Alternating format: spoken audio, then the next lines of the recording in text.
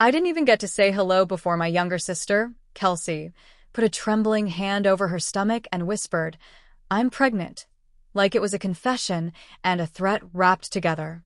She was standing on my front porch in the gray light of an Ohio winter afternoon, cheeks blotched from the cold, hair shoved under a knit beanie, and her eyes fixed on mine like she was bracing for impact. My first feeling wasn't joy.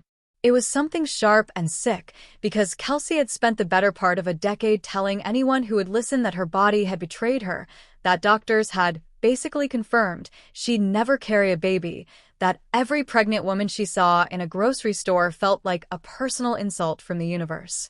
She'd cried on my couch so many times I could still picture the darkened patches her tears left on the throw pillow. She'd screamed at me once in a parking lot because I'd mentioned a coworker's baby shower without thinking. So when she said those words on my porch, my mind didn't go to miracles.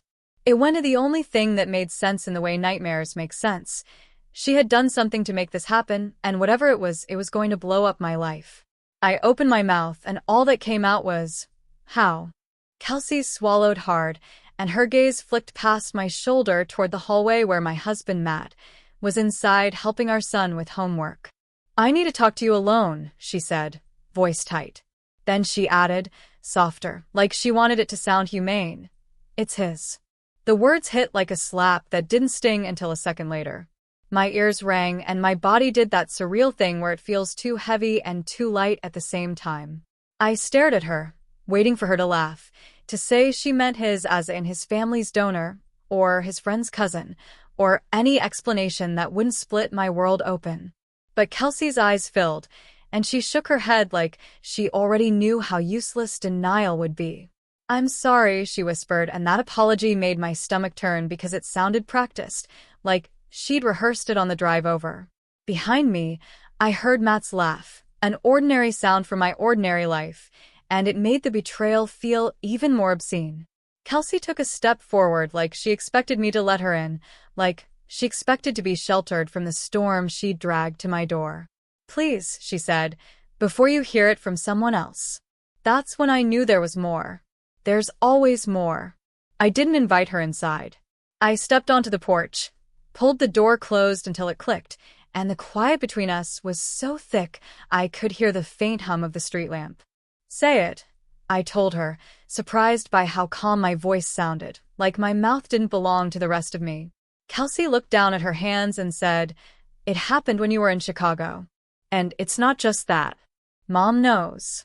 My mother's name didn't need to be spoken for me to feel her presence. In that moment, the story snapped into place with the sick inevitability of a trap you didn't realize you'd been walking into for years. If you'd asked me a month earlier to describe my family, I would have said we were complicated in a normal way. I'm the older sister by 4 years, the one who got good grades, and did what you were supposed to do: college, steady job, marriage, kids. Kelsey was the one people worried about, and also made excuses for. She was brilliant in flashes, magnetic when she wanted to be, and perpetually drowning in some crisis that everyone else was expected to solve. My mom's entire identity revolved around saving Kelsey. She wasn't subtle about it. When Kelsey flunked out of community college the first time, Mom told me not to mention my promotion because it might make your sister feel bad.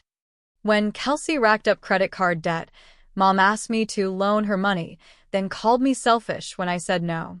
I grew up watching our kitchen become a courtroom where Kelsey was always the defendant and Mom was always the attorney, and I was expected to be the quiet spectator who never objected. By the time we were adults, the dynamic was fossilized.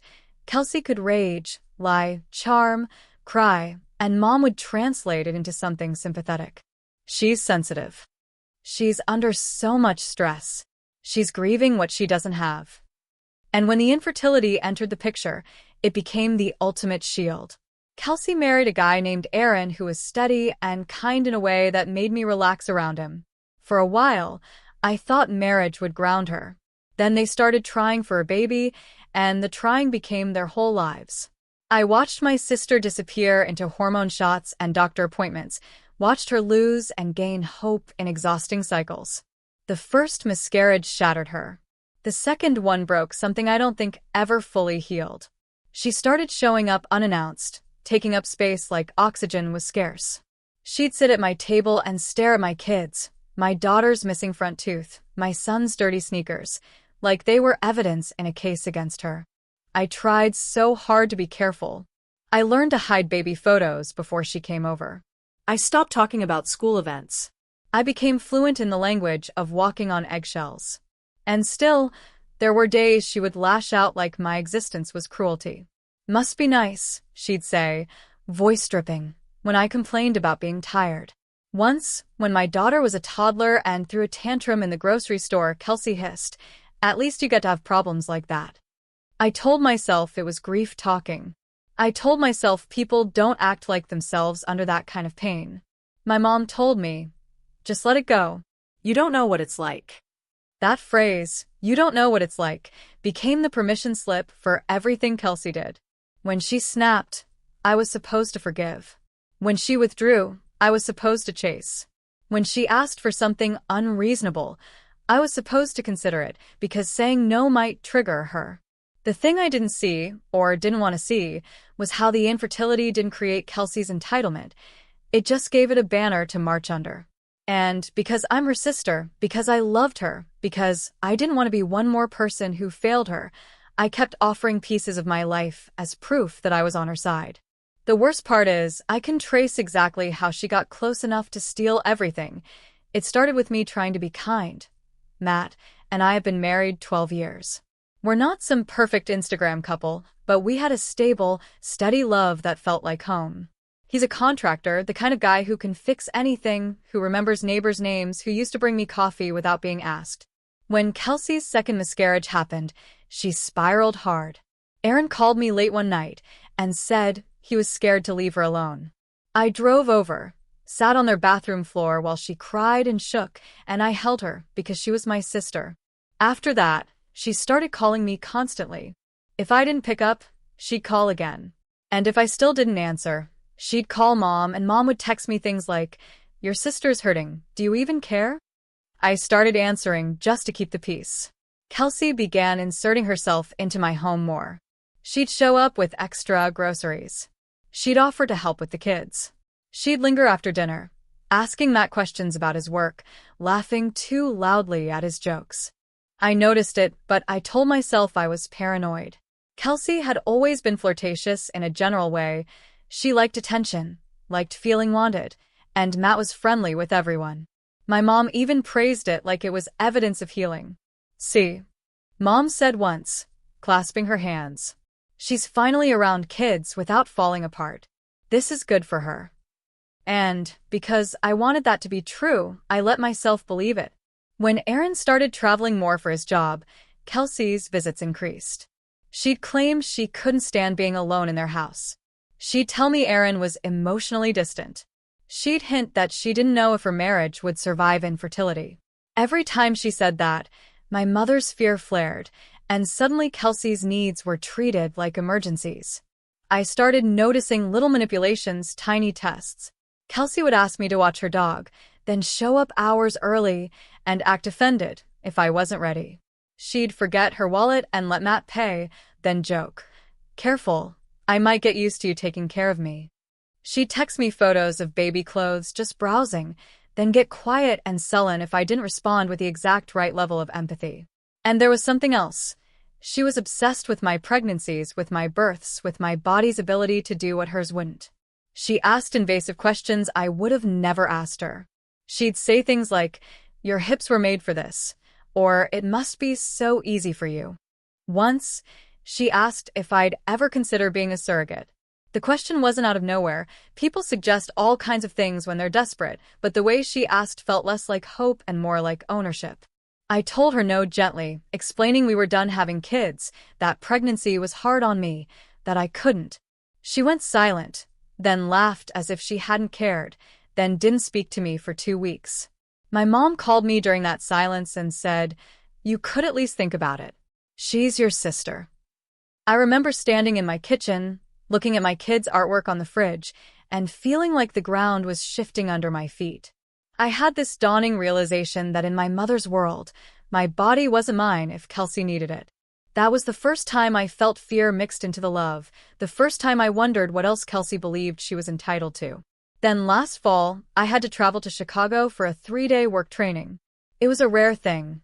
My job is mostly local, and Matt volunteered to hold down the fort. Kelsey texted me the morning I left. "Wish I could go with you. I hate being alone." I didn't respond because I was rushing. I remember thinking, fleetingly, that it was odd she didn't mention Aaron. But I boarded the plane, did my training, came home tired and relieved, and life resumed. The betrayal was already planted in those days, growing quietly in the dark while I was gone. The week before Kelsey showed up on my porch, there had been cracks I couldn't explain. Matt was distracted, snapping at the kids over small things. He stayed up late in the garage organizing, which was code for hiding when he was stressed. I asked him what was wrong, and he said work was slow and money was tight, which was believable because the winter months can be lean. Then I noticed a notification flash on his phone when it was on the counter, Kelsey's name. He swiped it away quickly, too quickly. My stomach dropped, and I hated myself for even thinking what I thought because it felt like accusing him of something monstrous with no proof. When I brought it up, he said Kelsey had been asking about a contractor for Aaron's office renovations.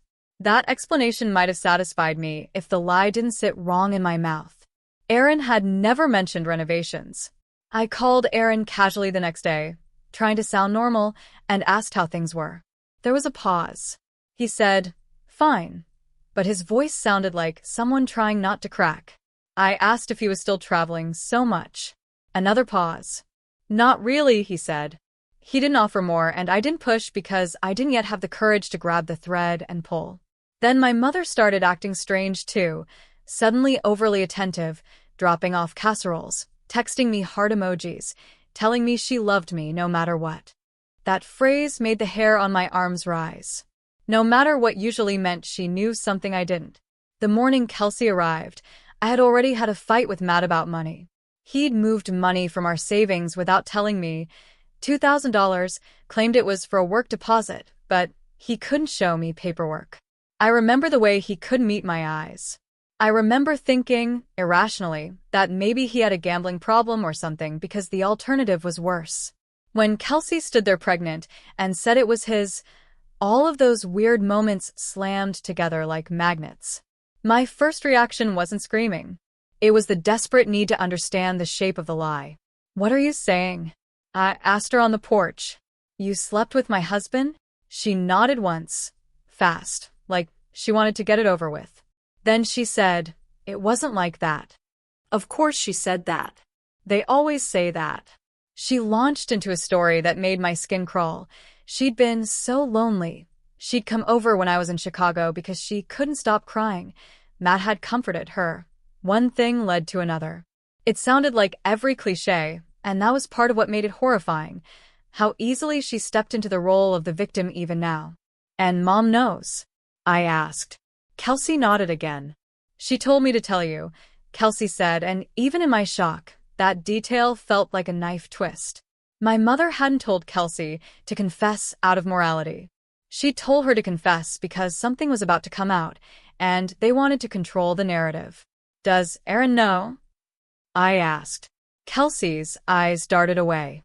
"Not like this," she said, and that answer was slippery enough that my chest tightened. I realized with sudden clarity that I was not at the beginning of this story. I was in the middle, maybe even near the end, and everyone else had been reading the script without me. I could hear my son's voice inside, asking Matt for help with a math problem, and it made me furious in a way I'd never felt before. My sister had dragged her choices to my home, my children's home, and my husband, whether he was coerced, complicit, or both, had let it happen under our roof. I told Kelsey to wait, then opened the door and called Matt's name. He appeared in the hallway, saw Kelsey through the glass, and his face went gray. That reaction was all the confirmation I needed. I didn't ask if it was true. I asked, "How long?" Matt's mouth opened, closed. He looked like a man staring at an oncoming car, frozen. Kelsey started crying behind me, dramatic and loud, like she wanted the soundtrack of her tears to drown out my questions. Matt finally said, "It was one time." And I almost laughed, Not because it was funny, but because one time is what people say when they hope the minimum will hurt less. One time and she's pregnant, I said, voice flat. Matt's eyes filled. I didn't know, he said. Then, like it was a life raft, he added, your mom said it would help her. When Kelsey heard Matt say that, she stopped crying like a switch flipped. She stepped forward, one hand still on her stomach, and said, don't say it like that. Like she had the right to manage how he framed his betrayal. I felt like I was watching strangers where my family's faces. What did you mean? I asked Matt, and the control in my voice scared even me. That my mom said it would help her? Matt looked down, and for a second I saw disgust on his face, not at himself, but at the situation, like he wanted to blame a force bigger than his choices. After the miscarriage, he began, your mom started coming by when you were at work. She'd talk about Kelsey, about how she was falling apart. She said she was worried Kelsey would hurt herself. I stared at him because my mother has always loved dramatic threats that pull people into line. Matt went on, voice faster now, panicked. She said Kelsey needed hope, needed something real. She asked if we'd ever considered donating embryos, or, he stopped, swallowed, or if I could help. My stomach lurched so hard I grabbed the back of a chair. Help, I repeated, and the word tasted like metal. Kelsey made a noise like protest. It wasn't like that, she said again, but her eyes were sharp now, assessing, calculating. Matt kept talking, and the truth came out in jagged pieces. My mother had been planting seeds for months, framing Kelsey's desperation as an emergency that demanded sacrifice. She told Matt that I would never agree because I was too proud, but that if Kelsey had a baby, it would heal the family. She told him Aaron's sperm count was bad, that their doctors had said he might not be able to conceive, that Kelsey's only chance was someone healthy. She made it sound like a tragic, noble mission. Matt admitted he didn't shut it down the way he should have. He said he felt sorry for Kelsey. He said he felt pressured by my mom, like she was presenting him with a choice between saving Kelsey and being the reason she did something terrible. And then he admitted the part that made me go cold. He didn't come to me because my mother warned him that if he did, it would destroy Kelsey and rip the family apart. So he kept the secret, and in keeping it, he became a collaborator. Asked him again how long, and this time the answer changed. There were texts, he admitted. She'd come by sometimes. Not every day. Just when you were gone. Kelsey interrupted, suddenly furious. You're making me sound like a predator. I turned on her so fast she flinched. You are in my house, I said, each word careful, pregnant with my husband's child, and you're worried about how you sound. Her face contorted, and she snapped. You don't understand what it's like to watch you get everything. And there it was, the real core. Not grief. Not bad luck. Not injustice. A hunger. A ledger. A belief that the universe owed her what I had, and if the universe wouldn't deliver, she'd collect it herself. She started talking over me, spilling her justifications like they were sacred. She said she'd tried everything, that she was tired of being the broken one, that she deserved a baby, that Matt was healthy and kind, that it just happened, that she'd prayed for a sign, and this pregnancy was proof she was meant to be a mother. Then she dropped the worst part, the part my mother had been orchestrating. Mom said you'd come around once you saw it. Once you felt the baby kick. She said you're not heartless. My vision blurred. I realized they'd already planned my role. The forgiving sister, the supportive aunt, the woman who swallows betrayal to keep the family intact. They had assumed I would fold because I always had.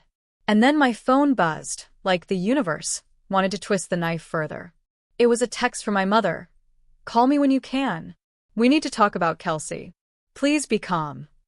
The calm request made something in me snap, because calm is what people demand when they're trying to control the explosion they caused. I didn't call her.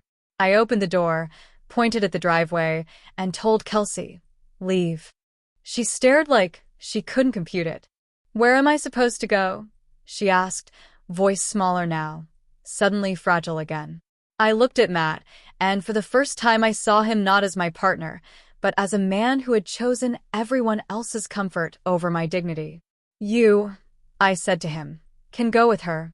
I wish I could tell you that I handled what came next with grace, but grief doesn't make you graceful. It makes you honest in ugly ways." Matt begged to talk, tried to step toward me, and I held up my hand like he was a stranger approaching in the dark. Kelsey started sobbing again, louder, and my son came to the hallway, confused, asking why Aunt Kelsey was crying. That almost destroyed me. I sent my kids upstairs, told them to put on a movie, and I hated myself for how normal I sounded while my life was disintegrating.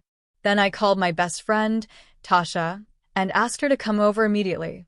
Not because I wanted a witness, but because I didn't trust myself to stay grounded with Matt and Kelsey and my mother's invisible strings all in the same room.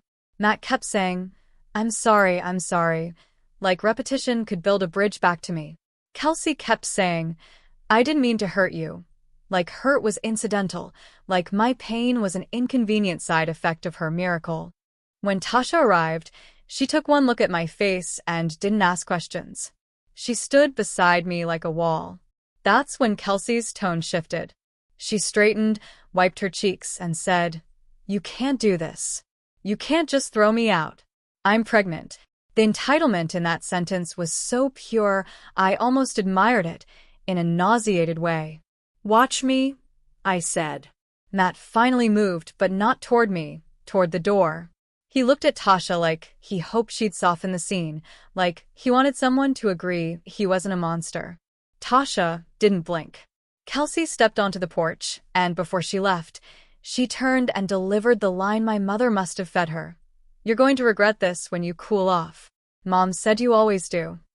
My hands shook so hard I had to grip the doorknob. Tell Mom, I said, voice thin, that I'm done cooling off. After they left, I locked the door and slid down against it like my bones had turned to sand. That's when the humiliation hit, heavy and suffocating. Not just that my husband cheated, not just that my sister was pregnant. It was the realization that my own mother had been participating, that she'd sat at my table, kissed my children's heads, and all the while was guiding my husband toward my sister, like it was some family project.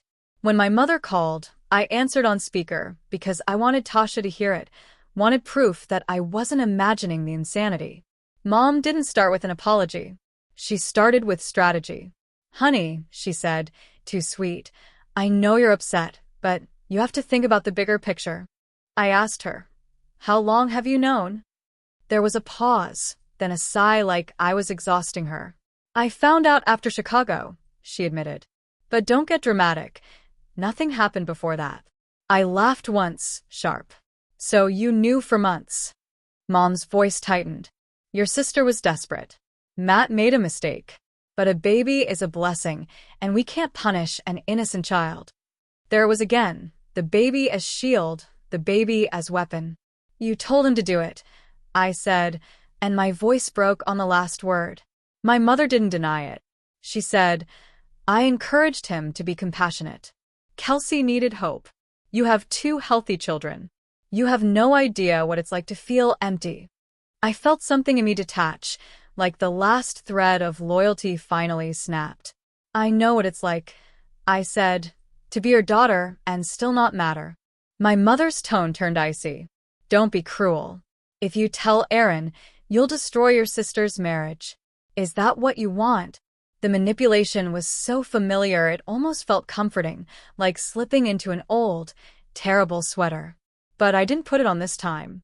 If you were worried about her marriage, I said, you should have stayed out of mine. Mom raised her voice then, and I could hear Kelsey in the background crying, which told me exactly where they were, together, coordinated, united. Mom said, You're going to accept this. Families forgive. You'll be an aunt. Matt will come home. Kelsey will have her baby. We'll get through it.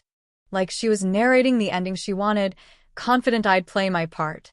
I realized in that moment that my mother wasn't pleading. She was ordering.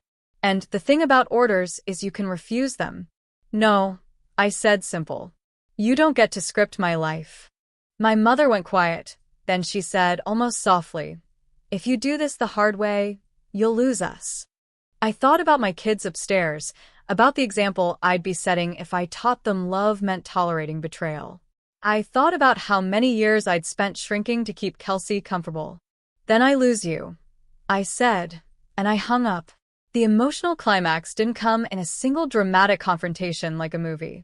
It came in the slow, brutal unraveling of truth over the next 48 hours, each piece more painful because it showed how many choices had been made without me. The next morning, I drove to Aaron's office because I couldn't live with the idea that he was being manipulated the way I had been. I didn't call first because I knew I might chicken out.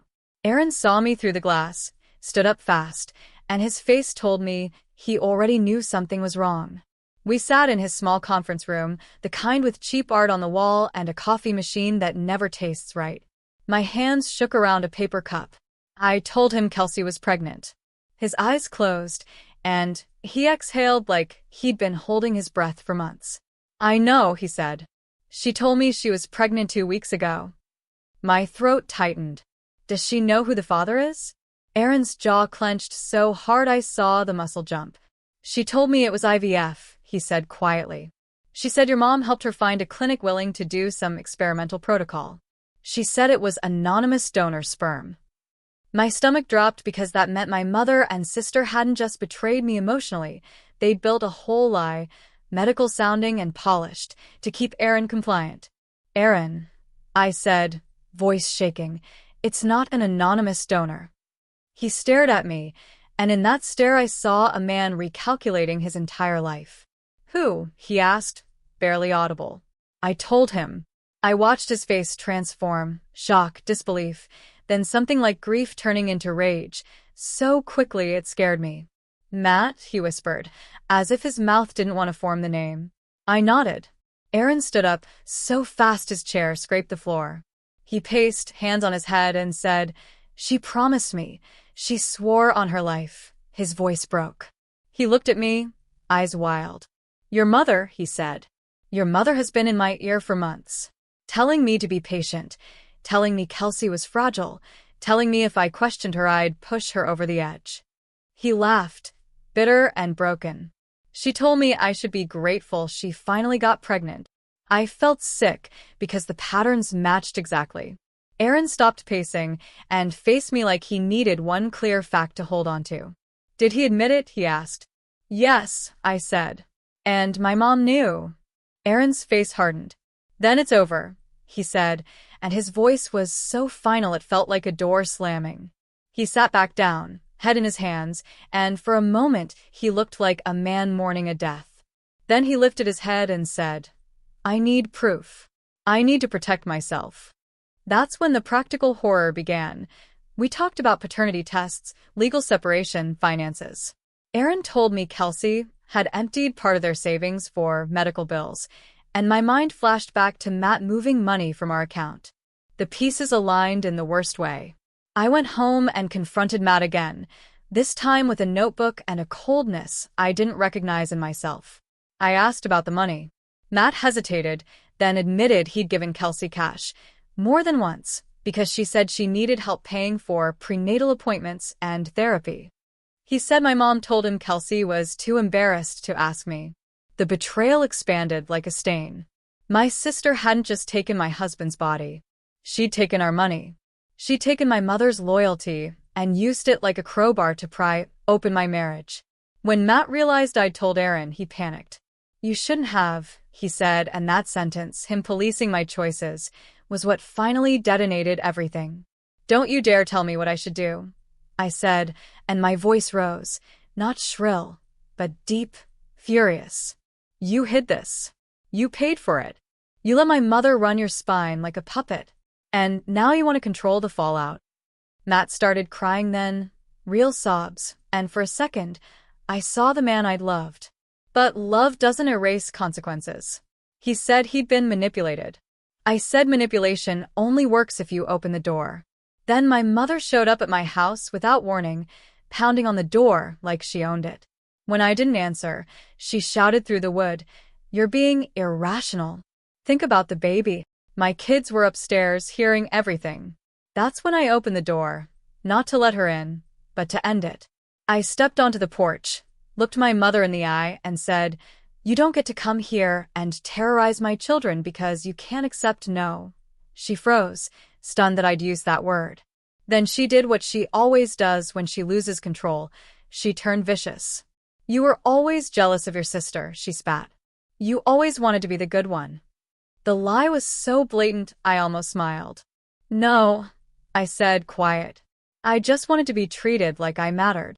My mother's face twisted, and she said, "If you cut us off, don't come crying when you need family."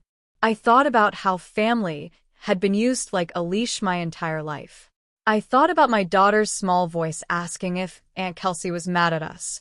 "Leave," I told my mother, "and if you come back, I'll call the police." She stared like she couldn't believe I'd said it. Then she turned and walked to her car, shoulders stiff with offended righteousness, and I realized that was the last time I would ever see my mother as someone safe. Consequences aren't cinematic either. They're paperwork and sleepless nights and the slow rebuilding of boundaries you should have had all along. The day after Aaron and I talked, he filed for separation, and I filed for divorce. Even writing that feels surreal, like describing someone else's life. But once I made the decision, I knew I couldn't unmake it. Matt begged me not to, promised counseling, promised he'd cut off Kelsey, promised anything. But promises made after being caught aren't bridges, they're bargaining chips. I met with an attorney and learned what I needed to do to protect my kids and myself. I changed the locks. I moved half our joint savings into an account in my name, legally, through my lawyer's guidance, because I no longer trusted Matt not to help again under pressure. I documented everything. The text messages, the bank transfers, the dates I was out of town, the times Kelsey had been in my house. When Matt moved out to his brother's place, my son cried at night, asking why Dad wasn't home, and that pain nearly cracked me open. But I kept telling myself that protecting my kids wasn't just about keeping their routines intact. It was about keeping their reality honest. I told them, in age-appropriate words, that Dad had broken an important promise and that we needed space to keep everyone safe and calm. I refused to demonize him to them, but I didn't cover for him either. My mother and Kelsey tried to control the story the way they always had. They told relatives I was having a mental breakdown. They hinted I was unstable. They told people I was punishing a baby. My aunt called me and said, "Your mom says you're refusing to be an aunt because you're jealous." I felt old rage rise, the familiar urge to explain myself until everyone approved. But this time I didn't. I said, "If you want to know what happened, ask me directly. If you just want a repeater version, then don't call." Some people listened. Some didn't. Cutting people off was like amputating parts of my history, but every cut also stopped an infection. I blocked my mother's number. I blocked Kelsey's. I told my kids' school that only approved contacts could pick them up, and I gave them photos because I didn't trust my mother not to show up and claim grandma rights over my boundaries. Aaron and I coordinated quietly, two people linked by betrayal, trying to untangle ourselves without turning our pain into a spectacle. He told me Kelsey had tried to guilt him into staying, saying, "You can still be the dad, it's not about genetics." He said my mother had called him and threatened him with public shame if he abandoned Kelsey. Hearing that made my blood run cold because it meant my mother wasn't done using coercion like a tool. Aaron got a lawyer too. He demanded a paternity test once the baby was born. Kelsey refused at first, then agreed under legal pressure. Meanwhile, Matt tried to crawl back into my life through the kids, dropping off gifts, offering to fix things around the house. I kept communication limited and written, always through a parenting app my lawyer recommended, so there was a record. The hardest part was the quiet moments when I missed the life I thought I had. I missed the version of my mother who hugged me after my first baby. I missed the sister I used to protect. I missed the sound of Matt's laugh in the hallway before I knew what it hid. Grief is sneaky. It shows up in your chest when you're folding laundry, in your throat when you pass a family photo. But every time grief softened me, I remembered Kelsey standing on my porch expecting shelter, expecting me to swallow my own pains so she could keep what she stole. And I held the line. I learned to say no without a paragraph of justification behind it. I learned that guilt is not the same as love. I learned that peace isn't something you beg for in other people's houses. It's something you build by refusing to live in war. By the time Kelsey gave birth, the chaos had cooled into something colder and clearer. The baby, Matt's biological child, confirmed by the test Aaron's lawyer secured, was a real person, not a symbol.